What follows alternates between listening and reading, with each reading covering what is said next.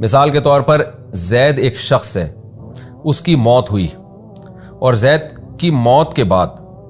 یعنی زید ایک شخص ہے، اس کی آگے اولاد ہے نا، زید کا انتقال ہو گیا، بلکہ اس کو ہم اور آسان کر دیتے ہیں کہ زید ایک شخص ہے، اس کی ڈیتھ ہوئی تو اس کے باپ نہیں ہے اور ماں بھی نہیں ہے، یا باپ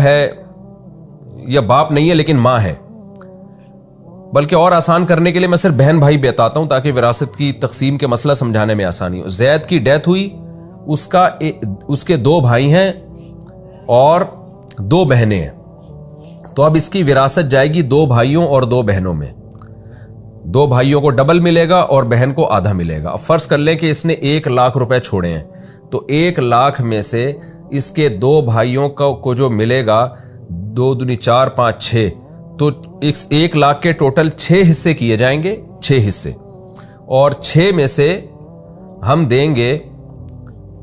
1.5 لاکھ کر لیتے ہیں تاکہ 1.5 لاکھ کو 6 حصوں میں ڈیوائڈ کرنا آسان ہے نا۔ زید کی ڈیتھ ہوئی، اس نے وراثت میں 1.5 لاکھ روپے چھوڑے، اور اس کے وارثوں میں 2 بھائی ہیں اور 2 بہنیں ہیں، تو 2 بھائی کو 2 بہنوں کے برابر ملے گا، تو 1 بھائی جو ہے وہ 2 بہنوں کے برابر، یعنی ہم نے اس کے 6 حصوں میں ڈیوائڈ کیا،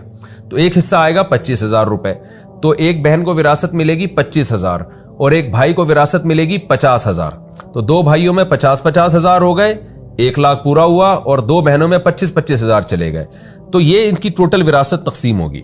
تو اب ہم دیکھ رہے ہیں کہ زید کے مرنے کے بعد وارثوں کو جو حصہ مل رہا ہے وہ ایک کو 50,000، ایک کو 50,000، ایک کو 25,000، ایک کو 25,000، یعنی ایک بہن کے حصے میں 1/6 آ رہا ہے۔ خلاصہ یہ نکلا، ایک بہن کے حصے میں جو وراثت آ رہی ہے وہ 1/6 آ رہی ہے، یعنی ٹوٹل وراثت کا 6واں حصہ آ رہا ہے، اور بھائی کے حصے میں ٹوٹل وراثت کا 3واں حصہ آ رہا ہے، 1/3۔ اب سمجھیں، اگر یہ زید کی ڈیتھ نہ ہوئی، یہ زندہ ہے اور یہ بیچارہ اپاہج ہو گیا، معذور ہو گیا، اس کے پاس کمانے کے ذرائع نہیں ہیں، تو پھر شریعت یہ کہتی ہے کہ اگر یہ مر جاتا تو بہنوں پہ 1/6 آتا اور بھائیوں پہ 1/3 آتا، تو اس کا ٹوٹل مہینے کا جو نان نفقہ ہے وہ جتنا اماؤنٹ بنتا ہے اس اماؤنٹ میں اس کے بھائیوں کے ذمے 1/3 خرچہ ہے ہر بھائی کے ذمے، اور ہر بہن کے ذمے 1/6 خرچہ ہے، یعنی اگر اس کا نان نفقہ ایک مہینے کا 75,000 بنتا ہے نا، 75,000 میں اس کے خرچے ادا ہو رہے ہیں، تو 75,000 کو اس طرح سے ڈیوائیڈ کیا جائے گا کہ ہر بھائی پر اس 75,000 کا 1/3 اس سے لیا جائے گا اور بہنوں سے 1/6 لیا جائے گا،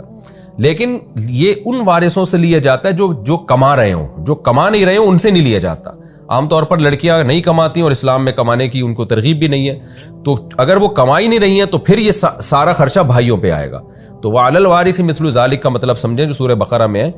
کہ اگر ٹوٹلی خرچہ تو باپ پر ہوتا ہے، لیکن اگر باپ نہیں ہے نا، تو کوئی بھی شخص جو معذور ہو سوسائٹی میں، یا کوئی بھی شخص جو کما نہ رہا ہو، بے روزگار ہو، کمانے کی طاقت نہ ہو اس کے اندر، تو پھر اس کا خرچہ اس کے وارثوں میں سے ان وارثوں پر جو کما رہے ہوں، جو خود محتاج نہ ہو، ان وارثوں پر ان کے وراثتی حصے کے بقدر آتا ہے، کہ دیکھا جائے گا کہ اس وارث سے ان کو ملتا کتنا۔ تو شریعت کہتی ہے کہ مر جاتا تو وراثت لینے آ جاتے نا سارے، تو اب یہ زندہ ہے تو پھر ان کا خرچہ بھی ان کے اوپر ڈالا جائے گا اور اس کے بقدر ڈالا جائے گا، جو میں نے آپ کو ایک اصول اور ضابطہ بتایا۔ یہ بھی آپ دیکھیں اسلام کی خوبی ہے، یورپ میں، امریکہ میں سارا خرچہ ٹوٹلی اسٹیٹ کے ذمہ ہوتا ہے، کوئی بھی معذور ہو تو اسٹیٹ پالتی ہے اس کو۔ وجہ کیا ہے؟ ریلیشن ختم۔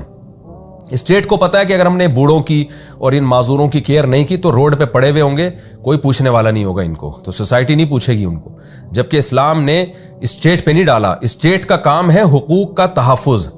یعنی اسٹیٹ یہ تو دیکھے گی کہ جب زید زندہ ہے اور اس کا باپ بھی نہیں ہے تو اس کا خرچہ اس کے بھائی دے رہے ہیں کہ نہیں دے رہے۔ اسٹیٹ کا کام ہے اس قانون کی نگرانی کرنا، اگر بھائی نہیں دے رہے تو اسٹیٹ مجبور کرے گی، ان پہ کیس کر کے ان کی تنخواہ سے پیسے کاٹ کے اس معذور کو دیے جائیں گے، اسٹیٹ بیت المال سے نہیں دے گی۔ دے تو اچھی بات ہے، لیکن اصل خرچہ ان کے اوپر ہوگا، اصل خرچہ یعنی ان سے پہلے نکلوائے گی۔ تو یہ ہے ایک اسلامی سسٹم میں، اسلامی نظام میں، اور ایک غیر مسلموں کے نظام میں فرق، کہ وہاں سارا سب کچھ اسٹیٹ کے ذمہ ڈال دیا ہے، تو اسٹیٹ کے لوگوں سے تعلقات ہوتے ہیں، آپس کے تعلقات بالکل ختم ہو گئے۔